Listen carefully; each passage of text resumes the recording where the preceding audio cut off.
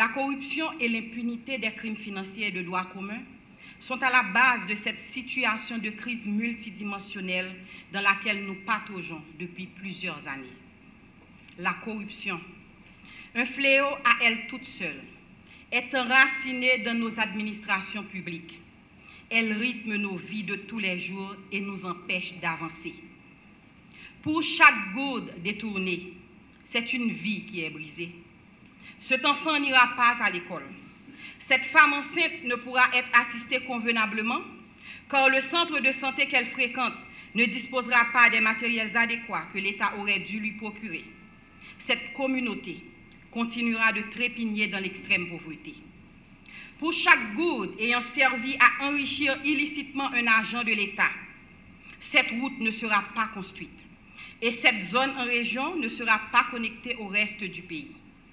Pour chaque acquisition surfacturée, cette jeune fille mourra de faim, à moins de se prostituer. Et cette dame du troisième âge ne bénéficiera pas d'un logement social, alors qu'elle a passé une misérable vie à s'entendre dire qu'elle y avait droit. Pour chaque marché octroyé illégalement, ce service public ne répondra pas aux critères de qualité et les droits sociaux des citoyens et citoyennes haïtiens continueront d'être violés de manière systématique. Pour chaque cas d'abus de biens sociaux, cet homme qui vit avec une déficience, qu'elle soit motrice, sensorielle ou cognitive, ne bénéficiera pas de l'assistance sociale à laquelle il a droit. Pour chaque commission illicitement perçue, cette mère célibataire, fatiguée de solliciter le soutien de l'État, un soutien qui ne viendra jamais d'ailleurs, sera obligée de placer son enfant en domesticité, en priant pour que la famille d'accueil de ce dernier soit bienveillante. Et pour le plus infime des cas d'abus de fonction, de versement de pots de vin, de trafic d'influence, de favoritisme et de prise illégale d'intérêt, la population haïtienne se meurt. Mesdames, Messieurs, nous sommes présents aujourd'hui dans cette salle parce que nous sommes conscients que là où se trouve la corruption, les droits humains en général, et particulièrement les droits sociaux et économiques, ne sont ni respectés, ni protégés, et encore moins réalisés. Pour survivre, la corruption a besoin de l'impunité. Cette impunité que lui offre la justice haïtienne, inerte et amorphe face aux crimes financiers, parce que des hommes et des femmes à qui nous avons confié le travail de veiller au grain, de protéger les intérêts de l'État et de s'assurer que chaque goutte, que chaque centime soit dépensé là où elle devrait l'être, nous trahissent continuellement, tout en érigeant un système qui profite à ceux et celles qui veulent continuer de bénéficier de ce chaos innommable. Par notre présence ici, nous reconnaissons aussi que la situation est catastrophique et qu'en aucune manière, nous ne pourrons parler de développement du pays, d'assainissement des finances publiques, ni de rationalisation des dépenses de l'État, si nous ne nous engageons pas collectivement et formellement à mettre un terme à ce cycle infernal de la corruption. Rassembler des franges d'acteurs divers pour réorienter et densifier la lutte contre la corruption est un impératif aujourd'hui en Haïti et une option louable et patriotique. Dès qu'il s'agit de lutter contre la corruption, aucune initiative n'est de trop.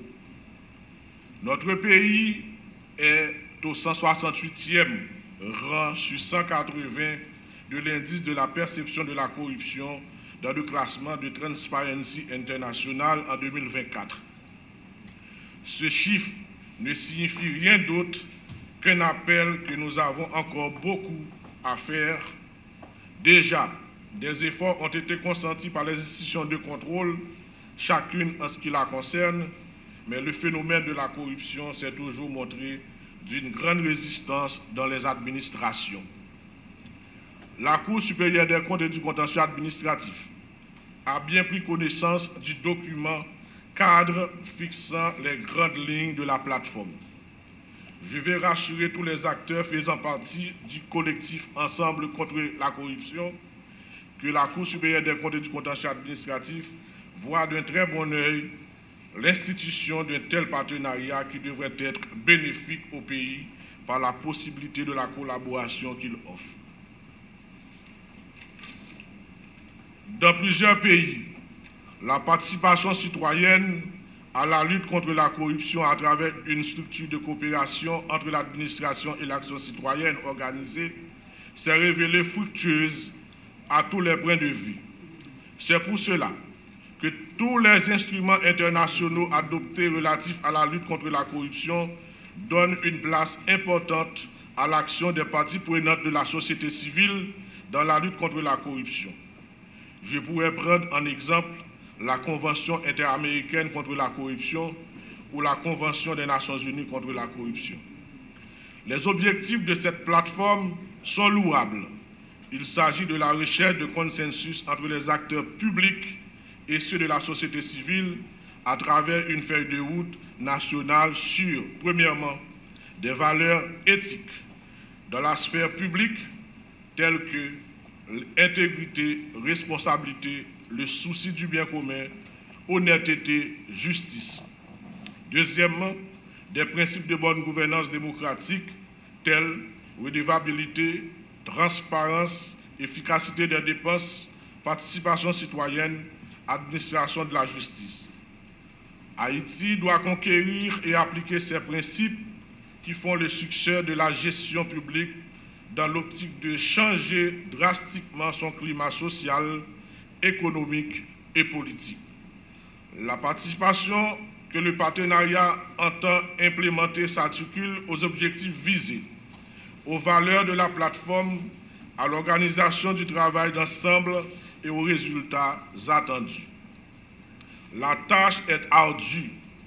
Des échanges laborieux, ouverts, inscrits dans le durable, enrichiront les travaux qui seront guidés par un patriotisme au service de l'intérêt national. L'engagement citoyen requis est un produit de la prise de conscience individuelle et collective. Il est le moteur véritable de toute construction institutionnelle. Nous sommes réunis pour le lancement officiel de la plateforme multi-acteurs de lutte contre la corruption, une initiative essentielle pour l'avenir de notre pays. Le contexte actuel en Haïti, marqué par une insécurité grandissante, une pauvreté croissante, ramène la corruption au centre des discussions publiques avec une dynamique de revendication citoyenne sans précédent en matière de gestion de la chose publique. Aujourd'hui, la population haïtienne évolue dans un environnement où la corruption est malheureusement systémique. Haïti ne cesse de chuter dans le classement des pays les plus corrompus du monde. Une situation qui va de pair avec la perception négative des citoyens haïtiens envers les institutions et les autorités de l'État en ce qui concerne la corruption. Nous devons reconnaître que les tentatives individuelles de lutte contre la corruption, comme les dénonciations, n'ont pas toujours été une efficacité en Haïti. La formalisation de la participation citoyenne à travers une structure de coopération entre l'administration publique et l'action citoyenne organisée se révèle bien plus productive. S'engager sur la corruption, tant pour la comprendre, la dénoncer, que pour la combattre, exige lucidité. Car la corruption n'est pas un simple écart dans des actes ou la gestion des deniers publics, mais un fléau qui peut à lui seul expliquer le sous-développement d'Haïti. Aujourd'hui, conscient de cet état de fait, je m'adresse à vous avec gravité. Depuis trop longtemps, la corruption nous tire dans l'abysse de la misère, de l'enrichissement illicite, des inégalités sociales et du crime organisé. Elle enlève à nos enfants leur droit à l'éducation, à nos malades l'accès aux soins, à nos jeunes la possibilité d'emploi. Elle transforme les maigres moyens de l'État en butin pour des bras longs, tandis que la majorité vit dans la précarité. Je salue cette initiative de l'ECC qui entend mettre en commun des acteurs partageant le même objectif, malgré les défis: combattre la corruption. Dans mes réflexions sur la lutte contre la corruption, j'ai toujours pensé que l'appellation de votre regroupement tombe à point, nommé, puisque nul ne peut prévaloir de tenir les clés de la lutte contre la corruption. Citoyens et gouvernements doivent s'engager ensemble contre la corruption. La lutte contre la corruption est une priorité nationale, une priorité sans compromis, sans exception, et comme disent les juristes, toute affaire cessante. Dans la lutte contre la corruption, la loi ne doit opérer distinction entre les puissants et les humbles.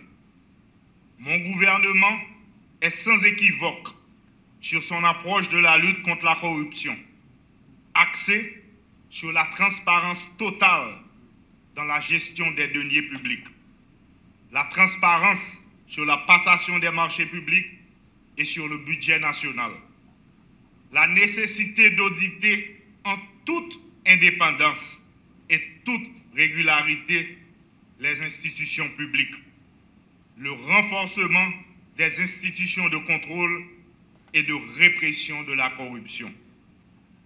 De même, je suis convaincu que l'éradication de ce fléau doit reposer sur la participation citoyenne et l'éducation à la citoyenneté. Qu'elle soit active ou passive, la corruption doit être combattue avec la dernière rigueur.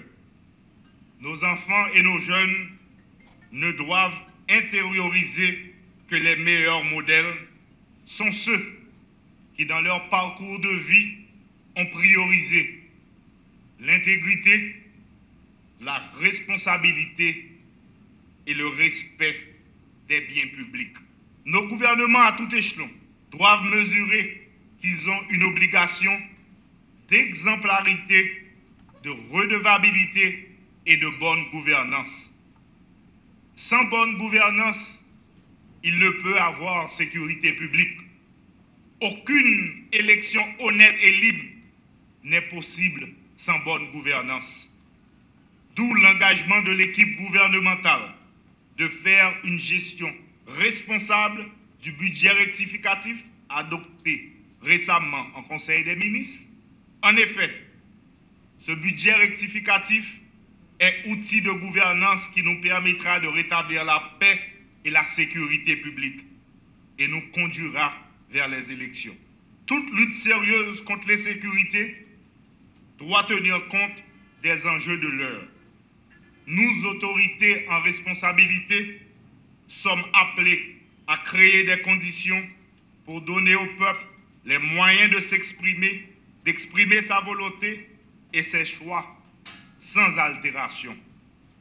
Dans le contraire, nous nous ferons apôtres de la corruption que nous promettons de combattre. Fonctionnaires et agents publics, citoyens, acteurs de la société civile, entrepreneurs, journalistes, enseignants, femmes et jeunes, J'appelle les forces vives de la société à se lever contre l'impunité, à refuser le silence, à dénoncer les abus, à protéger l'intérêt général.